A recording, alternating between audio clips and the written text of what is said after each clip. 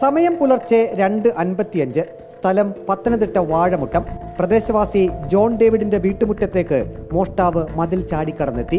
ആദ്യം ശ്രദ്ധയിൽപ്പെട്ടത് ഹെൽമറ്റാണ്.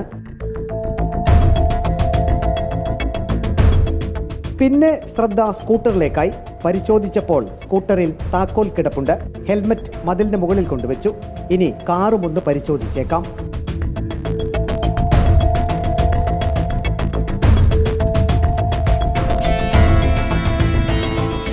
ശബ്ദമൊന്നും കേൾപ്പിക്കാതെ മോഷ്ടാവ് ഗേറ്റ് തുറന്നു. കാർ അടിച്ചു മാറ്റുന്നത് റിസ്ക്കാണ്. തൽക്കാലം സ്കൂട്ടർ മതി.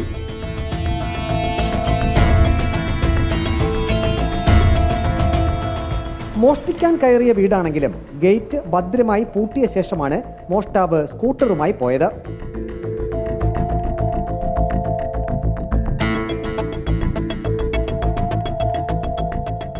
അല്പസമയത്തിന് ശേഷം മോഷ്ടാവ് തിരികെ വീടിന് മുന്നിലെത്തി. മതിലിന് മുകളിൽ വെച്ചിരുന്ന ഹെൽമറ്റുമായി മടങ്ങി.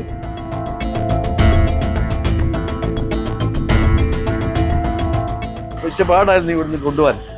കൊണ്ടുപോയി വെളിയിൽ കൊണ്ട് വെച്ചിട്ട് ഗേറ്റും സുഖമായിട്ട് അടച്ച്. ഇതെല്ലാം ഞാൻ CCTV കണ്ടതാണ്. എന്നിട്ട് നേരെ പത്തനംതിട്ടയ്ക്ക് പോയി. അതെ, അവൻ നോക്ക് വന്ന് ആദ്യമേ ഇങ്ങനെ നോക്കുന്നുണ്ട്. ഈ ക്യാമറയെ നോക്കിയിട്ട് പിന്നെ ഹെൽമെറ്റ് എടുത്തിട്ട് പോകുന്നത് അങ്ങനെയാണ്. ഇല്ലല്ല, അവനെ കണ്ടു പരിചയം ഇവിടെ ആർക്കുമില്ല. കണ്ടാൽ ബംഗാളി ലുക്ക്. ഒരു വളയമുണ്ട് കയ്യിൽ, അതാണ് ടിവിക്കകത്ത് നമുക്ക് കാണാം. സ്റ്റീൽ വള. സ്കൂട്ടർ ഉടമ ജോൺ ഡേവിഡ് പോലീസിൽ പരാതി നൽകി. അന്ന് ഉച്ചയോടുകൂടി ഞാനും എൻ്റെ മരുമോനും കൂടെ പോയി പത്തനംതിട്ട പോയി കേസ് കൊടുത്തപ്പോൾ അന്ന് എൻ്റെ പരാതി സ്വീകരിച്ചതേ ഉള്ളൂ. അന്ന് ഇപ്പോൾ ഒരു കുട്ടിയുടെ കേസുമായി ബന്ധപ്പെട്ട് ഞങ്ങൾ ഇന്ന് ബിസിയാണ്, നാളെ വരാൻ പറഞ്ഞു.